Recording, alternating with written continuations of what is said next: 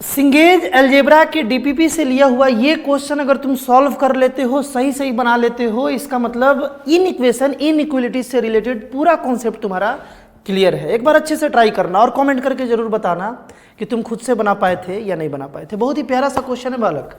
इस टाइप से एक इन इक्वेशन दिया है और इसका क्या सॉल्यूशन होगा, एक्स के किस वैल्यू के लिए, एक्स के किस वैल्यू रेंज के लिए ये इन इक्वेशन सेटिस्फाइड होगा, ये हमें बताना है। तो ध्यान से सुनो मेरे भाई, यहाँ पर बहुत सारा फैक्टर्स है। ये जो फैक्टर है e⁻x-1, इसका अगर हम लोग क्रिटिकल पॉइंट निकाले, मतलब इसको 0 से इक्वेट करके x का वैल्यू निकाले, तो हम लोग यहाँ देख पा रहे हैं कि e⁻x = 1 हो गया।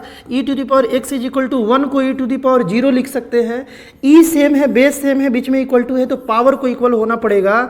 यानी कि इसका जो क्रिटिकल पॉइंट आया वो मेरे भाई 0 आया, है ना।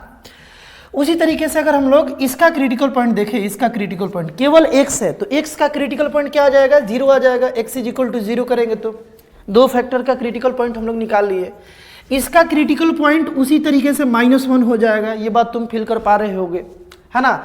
इसका जो है क्रिटिकल पॉइंट 3/2 हो जाएगा। क्रिटिकल पॉइंट निकालने के लिए तुम जानते हो ना, बस 0 से इक्वेट कर देते हैं हम लोग उस लीनियर फैक्टर को। तो 2x - 3 = 0 करेंगे तो x = 3/2 आ जाएगा, है ना। ये 3/2 है, x = 3/2 है। यहां तक तो निकाल लिए। इसको नोटिस किया जाए, एक है अपने पास x² + x + 2, x² + x + 2। ध्यान से सुनना, यहाँ पर a जो है ये 0 से बड़ा है। a मतलब क्या, x² का कोफिशिएंट ये 0 से बड़ा है, पॉजिटिव है, 1 है ना, 1 0 से बड़ा होता है यानी पॉजिटिव है। और इसका अगर हम लोग d निकाले तो b² यानी कि 1 का स्क्वायर, 1² हो गया, -4 × a × c यानी कि 2 आ गया। यानी कि यहाँ से मेरे भाई -7 आ गया, जो कि एक निगेटिव वैल्यू है। d जो है <0 आ गया, d जो है वो <0। ध्यान से सुनना मेरे भाई, इसका यानी x² + x + 2 का a पॉजिटिव है, x² का कोफिशिएंट पॉजिटिव है और d जो है वो 0 से छोटा है। ग्राफिकली सोचा जाए तो इसका ग्राफ कुछ ऐसा बनेगा, d 0 से छोटा, d इमेजिनरी यानी नो रियल रूट, यानी ग्राफ जो है वो x एक्सिस को टच नहीं करेगा और अपवर्ड की तरह ओपन होगा, ऊपर की ओर ओपन होगा। अब इसको अगर नोटिस करो, ध्यान से देखो, तो x के किसी भी वैल्यू के लिए ये जो क्वाड्रेटिक एक्सप्रेशन है ये ऑलवेज पॉजिटिव है ना, ऑलवेज पॉजिटिव है। ग्राफिकली अगर एनालिसिस किया जाए तो हम लोगों को मिला, ध्यान से सुनना मेरे भाई, हम लोगों को मिला कि ये जो x² + x + 2 है ये ऑलवेज पॉजिटिव है। ये जो है ना ये ऑलवेज पॉजिटिव है, ये हमेशा प्लस है, ये हमेशा प्लस है। और जब तुम्हें क्लियर हो जाए कि वो हमेशा प्लस है तो इन इक्वेशन के उस साइड भेजने में कोई परेशानी हम लोगों को नहीं है। उसी तरीके से अब एक और बच गया, इसको सोचा जाए, sin x - 2 है ना, sin x - 2 है। sin x का मैक्सिमम वैल्यू 1 होता है और मिनिमम वैल्यू -1 होता है, ये तो तुम जानते हो ना मेरे भाई, है ना। -1 से बड़ा हो सकता है sin x और 1 से छोटा हो सकता है, 1 से छोटा होगा, 1 को क्रॉस नहीं करेगा और -1 से छोटा भी नहीं हो सकता। ये sin x का रेंज है। तो तुम sin x का यहाँ पर कोई भी वैल्यू आएगा इस रेंज में, -1 से 1 के बीच में कोई भी रेंज आएगा, तुम फील कर पा रहे होगे कि ये पूरा का पूरा निगेटिव बनेगा, ये पूरा का पूरा निगेटिव। लाइक अगर इसके मैक्सिमम वैल्यू को भी ले लिया जाए, डेट इज 1, तो 1 - 2 -1 आ जाएगा। और मिनिमम वैल्यू लिया जाए -1 तो -1 -2 -3 आ जाएगा। यानी कोई भी वैल्यू रखो -1 से 1 के बीच में, ये फैक्टर एक निगेटिव वैल्यू बनेगा। अगर ये फैक्टर एक निगेटिव वैल्यू बनेगा तो मेरे भाई हम लोग इसको भी इधर भेज सकते हैं, क्योंकि ये जो है ये ऑलवेज निगेटिव है, ये जो है ना ये ऑलवेज निगेटिव है। ये हमेशा x के किसी भी वैल्यू के लिए ये पूरा sin x - 2 निगेटिव है। जब कंफर्म हो जाए इन इक्वेशन में कि वो ऑलवेज पॉजिटिव है या ऑलवेज निगेटिव है, तो उसे इन इक्वेशन को उस साइड हम लोग भेज सकते हैं। प्लस वाले को भेजेंगे तो साइन चेंज करने का जरूरत नहीं है, और माइनस वाले को जब भेजेंगे इन इक्वेशन में इस साइड से उस साइड, तो हम लोग साइन ऑफ इनइक्वालिटीज को चेंज कर देंगे। यानी कि हम लोग क्या करें, इसका क्रिटिकल पॉइंट मालूम है, पहले लिख लिया जाए इसको, है ना। e⁻x - 1 जो है और 2x - 3 इसका क्रिटिकल पॉइंट मालूम है।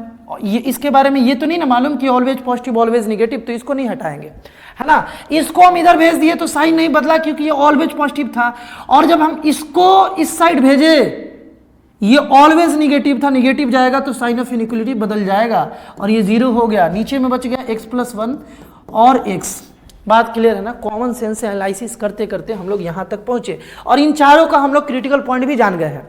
अब कुछ नहीं करना मेरे भाई, तुरंत सॉल्यूशन निकलने वाला है। चारों का क्रिटिकल पॉइंट रखा जाए, इसका और इसका क्रिटिकल पॉइंट दोनों का 0 आ रहा है, इसका भी क्रिटिकल पॉइंट 0 है और इसका भी क्रिटिकल पॉइंट हम लोग निकाल रखे थे 0, यानी कि 0 एक क्रिटिकल पॉइंट बन गया। इसका क्रिटिकल पॉइंट -1 था, कहीं यहाँ आएगा। इसका क्रिटिकल पॉइंट मेरे भाई 3/2 था। अब एक कॉन्सेप्ट जो तुम जानते ही होगे, अगर अच्छे से पढ़े हो, बारीकी से पढ़े हो इन इक्वेशन को, तो एक छोटा सा कॉन्सेप्ट मेरे भाई तुम जानते होगे। क्या है वो, ध्यान से सुनना। जब हम लोग क्रिटिकल पॉइंट लिख लेते हैं बढ़िया से अरेंज करके, इस मैनर में जब हम लोग लिखते हैं तो राइट मोस्ट साइड वाले रीजन को प्लस मानते हैं, फिर माइनस मानेंगे, फिर प्लस करने वाले थे। लेकिन जब भी 2 लीनियर फैक्टर्स का क्रिटिकल पॉइंट सेम आ जाए तो उस क्रिटिकल पॉइंट के अबाउट साइन चेंज नहीं होता, साइन रिपीट कर जाता है। जैसे इसका और इसका क्रिटिकल पॉइंट 0 है, x और इसका 2 लीनियर फैक्टर का क्रिटिकल पॉइंट सेम आ गया यानी 0, उस क्रिटिकल पॉइंट के अबाउट साइन चेंज नहीं होगा, रिपीट कर जाएगा। बात क्लियर है ना। और बस इसके बाद -1 के बाद यहां पर चेंज हो जाएगा। इस क्रिटिकल, ये जो क्रिटिकल पॉइंट है ये 2 लीनियर फैक्टर का तो नहीं है ना, तो यहां पर साइन चेंज हो जाएगा। अब बताओ कि 0 से बड़ा रखना है, 0 से बड़ा इस पूरे को रखना है, तो अपना सॉल्यूशन सेट क्या होना चाहिए? अपना सॉल्यूशन सेट मेरे भाई यहां से यहां और यहां से यहां होना चाहिए। तो कैसे लिखेंगे?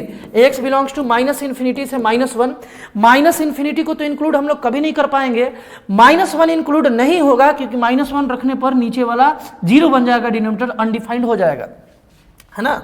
इसके बाद यूनियन 3/2 से इन्फिनिटी है, इन्फिनिटी को फिर से इंक्लूड नहीं करेंगे लेकिन 3/2 को कर सकते हैं। ध्यान से देखो, 3/2 को कर सकते हैं क्योंकि 3/2 x रखने पर ऊपर वाला 0 बन रहा है और 0 बाई एनीथिंग 0 होता है, वो रियल होता है। 0 बाई एनीथिंग 0 होगा और यहाँ पर इक्वलिटी भी है, यानी 0 के बराबर भी हो जाए तो चलेगा, यानी कि इसको हम लोग इंक्लूड कर लेंगे। ये अपना फाइनल आंसर है, यानी कि ऑप्शन नंबर सी जो है, सॉरी ऑप्शन नंबर सी नहीं, ऑप्शन नंबर बी जो है मेरे भाई, ऑप्शन नंबर बी जो है ये अपना राइट आंसर हुआ। -∞ से -1 और 3/2 से इन्फिनिटी।